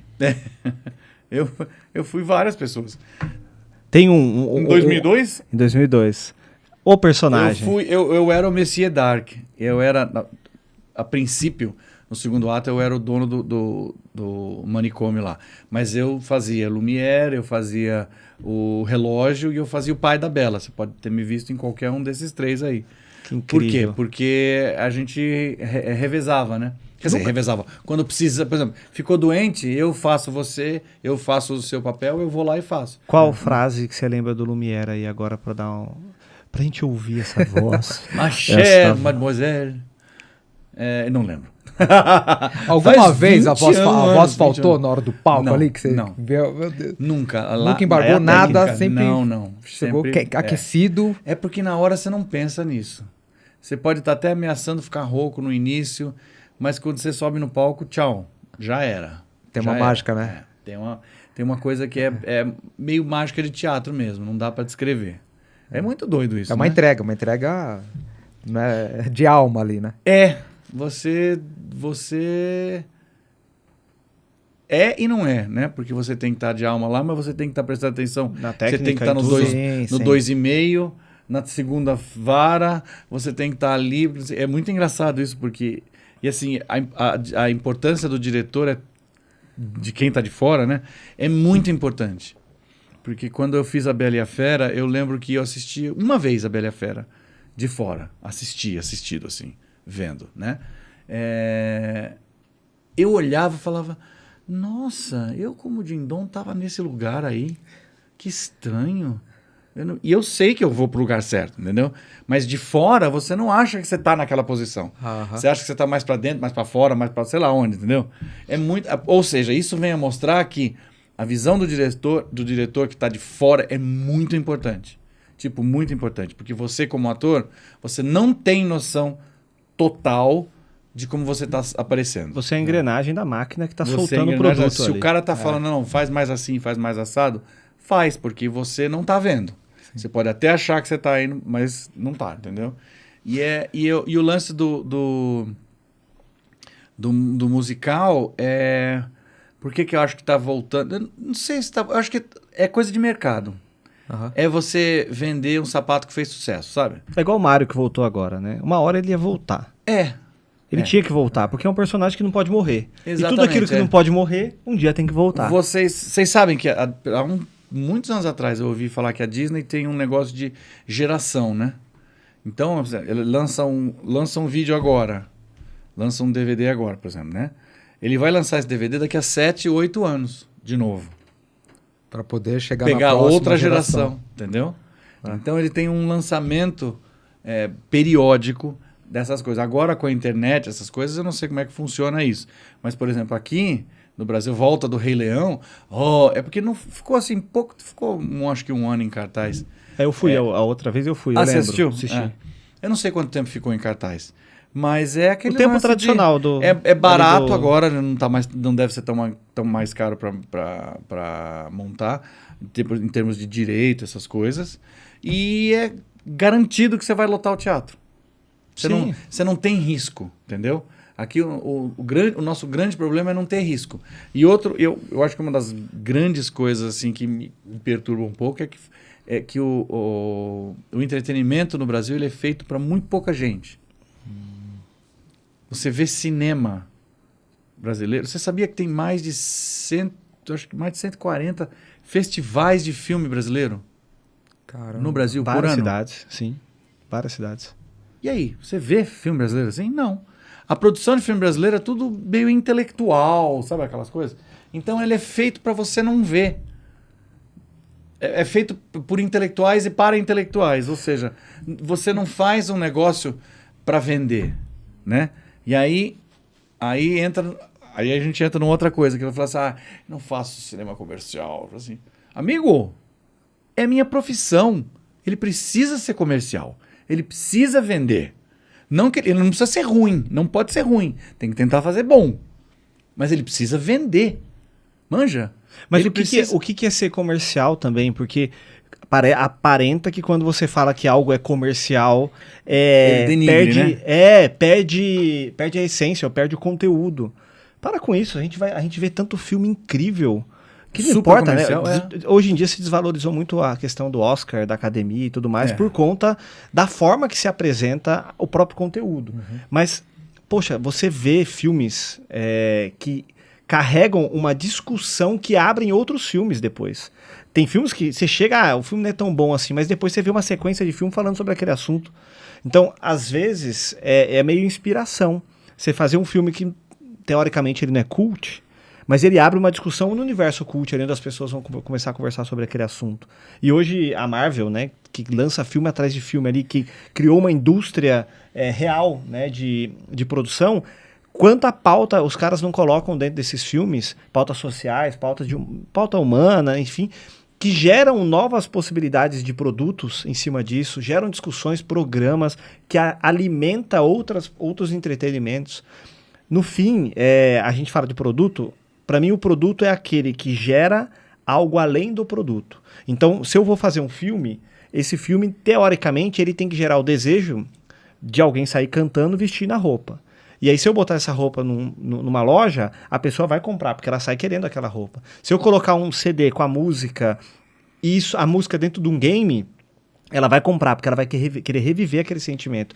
Você atrelar a criação a novos produtos que suprem a necessidade emocional, suprem a necessidade do ser humano, você faz a magia acontecer. É aquela coisa da emoção que eu falei. A emoção que você tem vendo o filme... Você vai ter comprando a caneca, você vai ter comprando a roupa, você vai ter comprando o óculos, entendeu?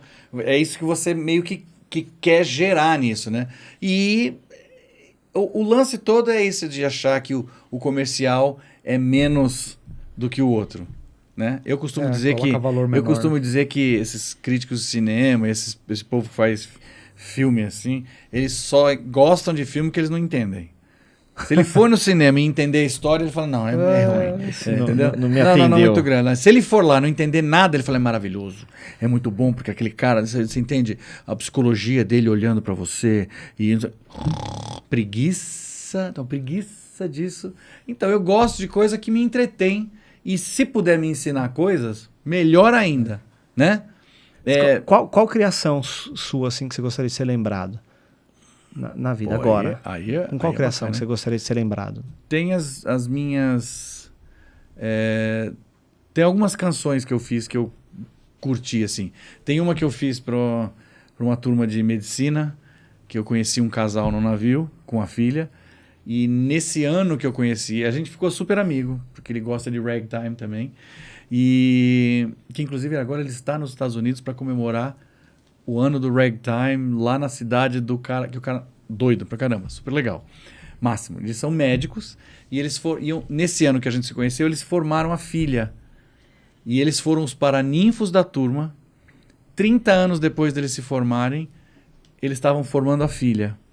E aí ele falou, você faz uma música pra essa turma? Aí eu falei, faço. Fiz uma ode, assim, pra turma. Eles me deram todo o material da turma. Eu falei assim, eu quero histórias que rolaram, eu quero nome, eu quero apelido de todo mundo da turma.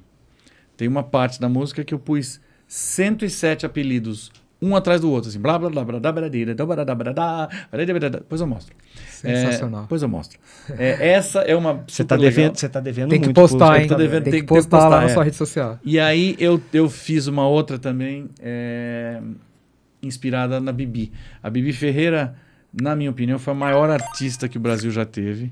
Ela era não só boa no palco, como ela era uma pessoa incrível.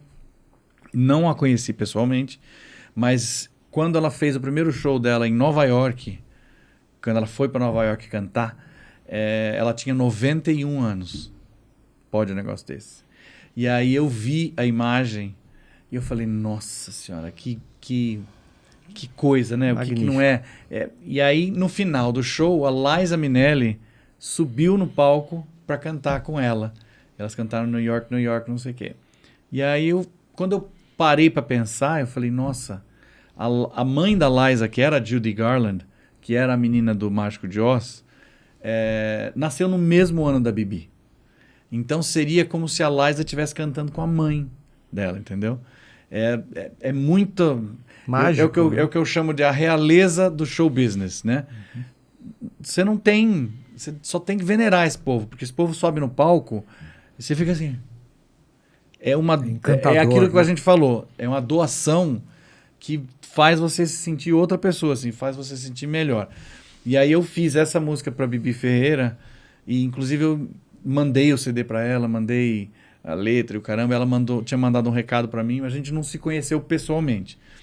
E ela gostou pra caramba. E eu fiz uma música baseada, inspirada em várias coisas. Então ela é meio quase que um filme. Ela tem o início lembra... eu fiz inspirado numa música do filme que a Judy Garland fez, que chama Nasce Uma Estrela. Sabe o Nasce Uma Estrela da Gaga? Sim. Então, Nasce Uma Estrela, esse da Gaga é a 4ª versão do filme. Tiveram mais 3 versões anteriores. Uma que era só cinema, era uma cinema para cinema. Depois o da Judy Garland, que era uma pessoa que cantava e atuava no cinema. E aí teve a da Barbra Streisand, de 76, que era música, era relacionada à música, que nem a Gaga. E a da Gaga, que é relacionada à música só, é a pessoa que canta. E aí essa música da Judy Garland é muito famosa nos Estados Unidos, porque ela senta no palco e começa a cantar. Então o início da música é exatamente começar a contar a história da vida dela, né? E aí conta, o meio da música eu cito obras que ela fez, tipo O Homem de La Mancha, Hello Dolly, Gota d'Água e o que mais? E aí no final tem o ápice, que é o show dela em Nova York, falando que os fãs foram para lá e que a realeza do show business nunca vai sumir. Realeza sempre vai existir, entendeu? E inclusive eu falei assim, ela canta lá, dizendo, provando que se você se fez em Nova York, você se fez em qualquer lugar, que é o que diz a letra do New York, né? If you can make it there, you can make it anywhere. Então eu meio que citei isso na música. Ela tem no meu YouTube. Mas pode dar uma palhinha também, se você tiver. Não, é muito grande. Fica à vontade. Não precisa ser 10 minutos, não é faroeste caboclo. Pra lidar com tanta criatividade, assim, essa segurança pra poder criar, você tem alguma disciplina? De treino, de acordar, não. De exercer? Não tem. Nada. Ele começou a falar. Na intuição, eu disse TDAH, todo dia algo inovador com H. Como que é criar com TDAH? Cara, é difícil, porque vai em partes. Eu tô compondo uma música pra Carmen Miranda, que eu tô fazendo um espetáculo da Carmen Miranda agora, e eu tô compondo uma música em homenagem a ela, assim, como se ela tivesse voltado agora e conversado com as pessoas, né? E é uma mensagem assim, eu sei que eu saí de repente, peço desculpas, vocês não mereciam isso e tal. E eu tô penando com esse lance do TDAH, porque assim, sentar e ver, e aí toda vez que eu sento, eu não bate, sabe quando não bate? É muito engraçado. Mas qual isso, que é a ferramenta que você usa para tentar puxar o foco? É me isolar, assim, ficar... Não tem ferramenta. É sentar no piano e ficar. Tocando. Eu pego a letra, que eu já fiz a letra mais ou menos, né?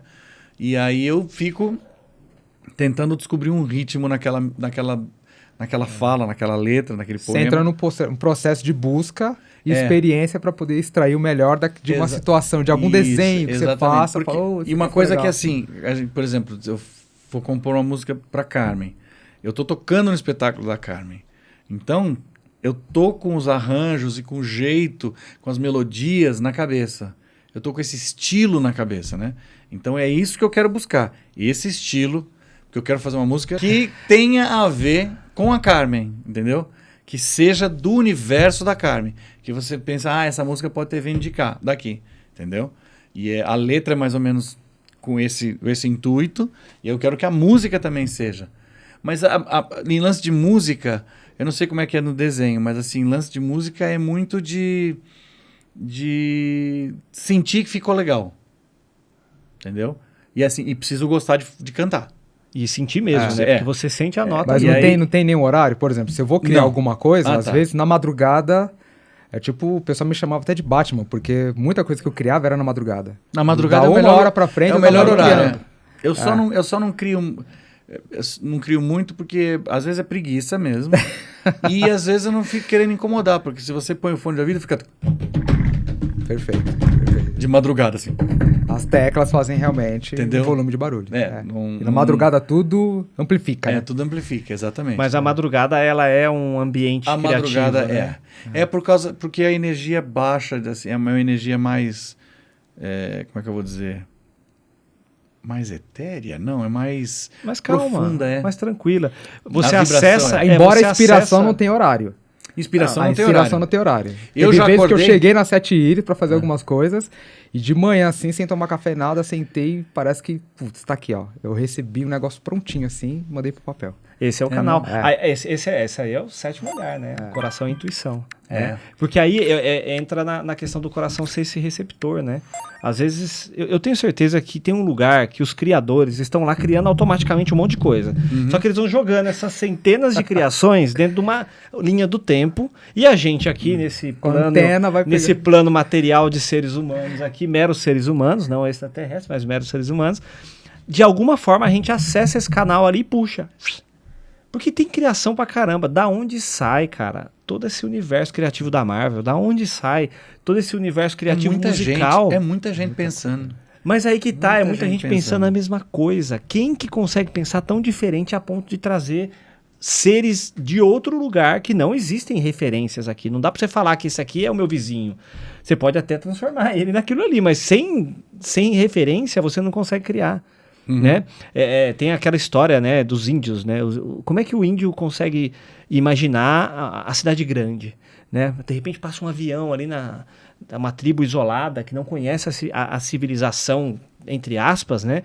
Mas não conhece a cidade, de repente passa um avião, ele olha aquilo, para ele aquilo pode ser um deus, para ele aquilo pode ser um passarinho de metal, que ele nem sabe o que é metal também, dependendo pela situação ali. Como é que vem o conhecimento? Da onde vem esse conhecimento? Dizem que os latino-americanos, os incas, os maias, quando viam os espanhóis a cavalo, achavam que era um bicho só. Dizem, eu não sei se isso é verdade. Mas faz sentido, né? É a expressão que ele tem, é a bagagem que ele tem para interpretar aquilo que ele tá exatamente. vendo. Mas- E aí entra a relação dos personagens. Você desenha personagem.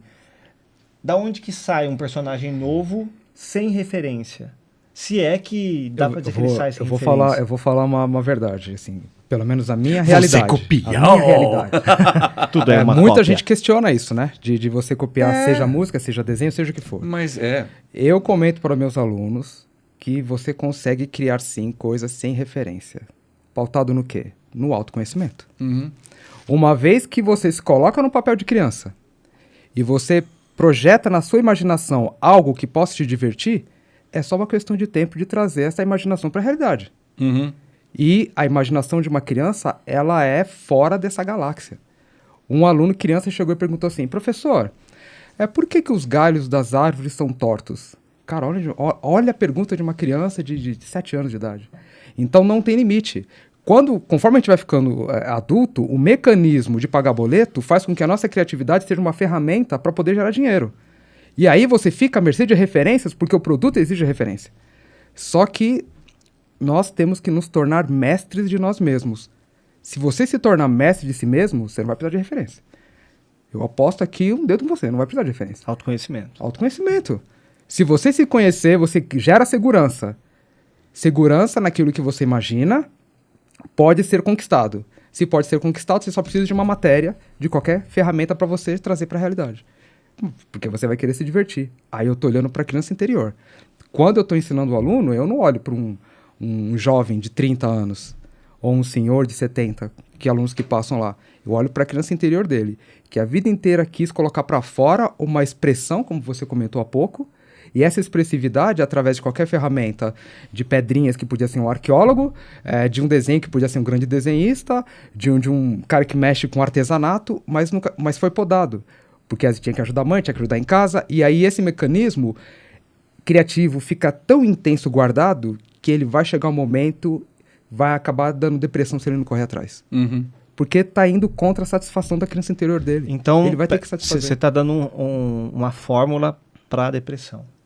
Praticamente. Porque se você Exatamente. acessar a sua criança interior, você recupera a sua Você vê a criatividade. vida de forma divertida, vendo a vida de forma divertida, você gera gratidão. Gerando gratidão, você abre um monte de potinho para ter mais satisfação. Agora, quando você tem uma criança que tem tantos traumas na vida, como é que você faz? Aí é que tá o papel das pessoas que estão como líderes em vários setores da arte, entender essa criança, gerar tolerância para poder lidar com ela, saber que ele, como criança, também teve seus traumas, e trabalhar a mente dela para mostrar que ela pode, que não é só potencial.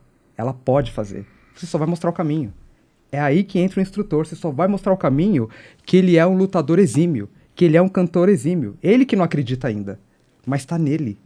O branding da Sete Íris, e sendo uma empresa que cria, é trazer projetos, pessoas, sonhos e ideias para dentro da nave, que é o conceito criativo que nós temos, e essa nave embarca para uma jornada. E essa jornada tem um objetivo que é se tornar um asteroide, que é o nome Sete Íris. Né? É o nome dado de um asteroide que passou na Terra em 1847. Outro dia falaram dele no noticiário. Sério? Eu Eu vou quase procurar. escrevi pra você. Que incrível, que incrível. Nossa, falou mesmo, verdade. Falou, Esse, eu vou procurar, porque isso já é sinal do universo para nós. Foi comentado que teve um momento de um ciclo dele que daqui conseguiu, com um novo telescópio, que eu não vou lembrar o nome, conseguiu ver. James Webb. Conseguiu JW. ver a passagem dele lá. Que espetacular. Interessante. Eu não vi isso. E é uma coisa rara. buscar. No movimento dele é uma coisa rara que aconteceu há pouco tempo. E A história é tornar essa nave no asteroide Sete Íris, entrar no pergaminho do tempo, que é um elemento que a gente criou, onde registram todas as memórias da humanidade para que nada seja perdido ou esquecido. Não significa que você tem que carregar essas memórias, mas você tem que registrar para que você acesse ela quando necessário, sendo uma criança interior ou sendo a criança interior do outro, para que você supra as suas necessidades. Exatamente. E no fim, é esse sonho, objetivo, projeto, pessoas se tornarem estrelas brilhantes visto por todos no céu. Por que estrelas brilhantes? Para dar o poder a essas pessoas, a esses projetos, a esses sonhos e fazer com que as pessoas se vejam iluminadas para iluminar outras pessoas. Quando você... Eu nunca fui pro deserto, gente, mas eu acredito que quando você está num deserto onde você não tem nenhuma luz para te guiar, a única coisa que pode te guiar são estrelas no céu. Então, se você não se tornar... No mar, perfeito. Se você não se tornar uma estrela na vida das pessoas, estrela é o quê? É você elevar o seu grau máximo de iluminação ser humano. Não estou falando nada atípico aqui, eu estou falando como ser humano. Elevar ao seu grau máximo de iluminação para que você se torne uma referência para o seu filho, para o seu amigo, para o seu vizinho. Não importa a grandeza de quem é a referência, mas sim a intenção para com essa iluminação. Aí acabou. Imagina você juntar um céu cheio de estrelas. Sensacional. Aqui eu tô do lado de duas estrelas incríveis. Ai, bora com Estamos brilhando. Olha, Estrelinha. Desse lado aqui também tem uma galera aqui que tá brilhando aqui. O nosso diretor David ali, fazendo os cortes. O nosso assistente de estúdio, o Henrique, colaborando nas imagens. A nossa queridíssima Alessandra, que trabalha na produção e atendimento da Sete Íris também. Além dos... Ale atende. Ale. Criativos e focados, hein? Focados, atentos ao conteúdo, além das outras pessoas que participam também de todo esse projeto. Então, falar de criatividade ou ter a presença como a da pessoa do Fernando Patal aqui, que eu acho que não é que engrandece o podcast, ilumina o podcast. Ilumina quem está ouvindo e quem está querendo conhecer um pouco mais desse universo. Traz luz para aqueles que olham para profissionais da arte e querem ser artistas e fala, poxa, mas é tão difícil, tira isso da cabeça, vai fazer. Vai fazer acontecer, vai virar estrela. Se tem alguma coisa aqui que eu acho que esse podcast pode fazer na vida das pessoas, não é só empoderar, mas é dar norte para as pessoas. E quem são esses nortes? São as pessoas que estão sentadas aqui. Então, obrigado. Que agora pode falar, diga o seu arroba, para as suas redes sociais, porque é para isso que você está aqui. E aí você estava falando isso, de trazer a criança interior, e é exato, por isso que a Disney faz tanto sucesso. E a gente ainda tem muito preconceito, aqui no Brasil principalmente, pelo menos que eu sei, né? Das pessoas falar, Disney, não vou pra Disney, muito americano, não sei o que. Toda pessoa que eu conheço que falava isso e foi pra Disney, voltou com outro discurso. Voltou com outro discurso. Porque você vai pra lá, você sai de lá querendo ser melhor em todos os âmbitos. Porque você tá... a Disney, não só a Disney, mas esses parques tipo a Universal também, eles inspiram você. Porque é muita criatividade, é muita coisa legal. Eu costumo falar assim, teatro, você vai no teatro, você senta no teatro e assiste a peça. Cinema, você vai no cinema, assiste a peça, ou assiste o filme. Você vai num parque da Disney ou num parque da Universal, você vive o filme. Você entra na aventura. Por exemplo, tem a montanha-russa mais rápida da Universal agora, chama Velocicoaster. O que é esse Velocicoaster? É a montanha-russa mais rápida da Universal. Tem uns espirais lá, uns loopings e tal. Mas qual é a história dela? Você entra no Jurassic World, você entra no parque, e na área dos Velociraptors, eles construíram uma montanha-russa dentro da área dos Velociraptors. Então, quando você está na fila, você vê um Velociraptor preso, você vê o Blue preso, você passa por todos os lugares, você vê. Tem uma hora que você tem um vidro, que você vê o carrinho passando, e quando o carrinho passa, os Velociraptors passam junto, passam atrás. Muito louco. Mas qual é a história disso aí? Eles construíram essa montanha-russa dentro da área dos Velociraptors. Quando você está chegando para pegar o carrinho, tem uma tela imensa com os atores do filme, a mocinha falando, não, tá tudo bem, vai ser super legal, e o outro falando, não, você tá louca construir uma montanha-russa, deixar esse povo enfrentar esse perigo com os bichos soltos lá, ela não tem problema. E aí você vai, e quando você vai na montanha-russa, você tem algumas estátuas assim, dos monstros, e você escuta o barulho deles o tempo inteiro, como se eles estivessem perseguindo o carrinho. É genial. Você entra no filme. Você não tem como não se envolver. Se você entende inglês, melhor ainda, né? Então, se vocês tiverem algumas dúvidas, se vocês forem para lá e não souberem inglês, não sabem nada, entre em contato com a gente, que a gente explica, fala assim, isso aqui é isso, a mansão assombrada na Disney. Teve outro dia uma família que, ainda não querem ir na montanha, não, mãe, vai assustar a criança.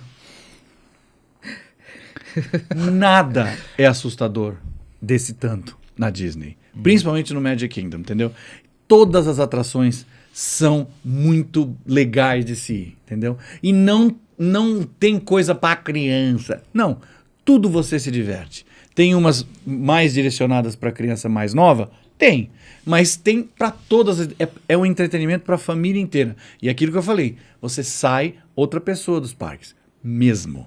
Com certeza. Você sai com essa veia criativa latente. Explodindo. @DisneyLads. No Instagram, @DisneyLads Brasil. DisneyLads é Disney, LADS Brasil. E no YouTube é DisneyLads. A gente tem vídeos desde de 2017 falando das atrações, explicando e conversando. Tem vídeos sobre os parques da Disney, os 12 parques da Disney no mundo, que dizem que a Disney é o único reino que o sol não se põe. Porque tem sempre uma Disney de dia. Então o sol nunca se põe na Disney, entendeu? Incrível. Louco, né? Tudo é história. Tudo é história, né? E aí, se você quer agência de turismo também, agência de viagens, a minha mulher, a Paula e a Luciana têm a WIT, W-I-T. Eu acho que é @WIT. É um negocinho rosa, eu não lembro direito. Tem algum underline, alguma coisa assim, eu não lembro direito. Mas a gente leva guias e a gente leva gente também para Orlando com um approach diferente de ver os parques, né? Se você vai simplesmente para ir, sem conhecer nada, é uma experiência. Uhum. Legal, médio. Mas se você vai conhecendo, ou indicado, ou com referência de pessoas que conhecem, e fala assim, isso é legal pra caramba, vá ver isso aqui, faça isso desse jeito, que não sei o quê. É outra experiência, entendeu? Você me fez lembrar, até estamos finalizando nosso podcast, mas você me fez lembrar de uma das primeiras aulas que eu tive na faculdade, com um professor, se eu não me engano, de direção de fotografia. E ele falava um termo, talvez eu possa até errar esse termo aqui agora, mas eu estou puxando lá de trás, lá de 2006. Diegese. O termo diegese. Dentro do cinema, o termo diegese é quando você cria uma película onde a realidade ela existe nos dois âmbitos. Então você entra no cinema, o tempo para, o tempo literalmente do relógio para, o tempo climático não importa, se está chovendo, se está nevando, não faz diferença. Você esquece os seus problemas.